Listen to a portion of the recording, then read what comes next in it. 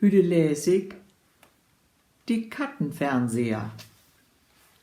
Anno, ich hef die Katten schon lange nicht mehr sein. Hast du keine mehr? Doch, die sind alle drei in de Kök.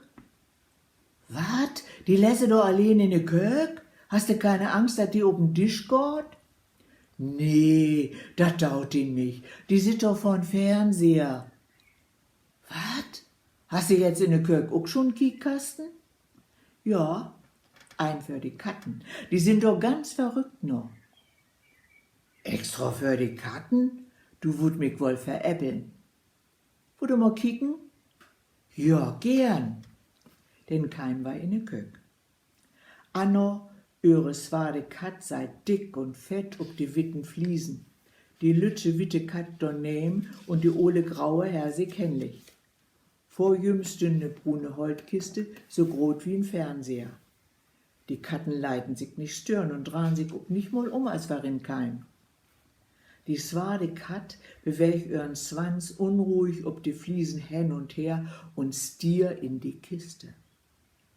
Erst könnt ich nicht so genau sein, was da in die Kiste wähnde. Die Kiste war ja bond mit ganz vielen Maschendraht aufdeckt. Wer war denn? Mensch, hast du jetzt auch noch Müs? 5 Stück flitzen in die Kiste hin und her. Ihr Fell war ja sneiwit und die lütschen Augen funkeln man so. Ja, extra anschafft der Weg die Dinger. Dat Beste, wat mit infallen können. Dat is ein Fernseher für die Katten. Die ströbt nun nicht mehr rum. Die sit nur den ganzen Tag vor die Kiste und kiekt und kiekt. Du kommst ob Ideen, Anno.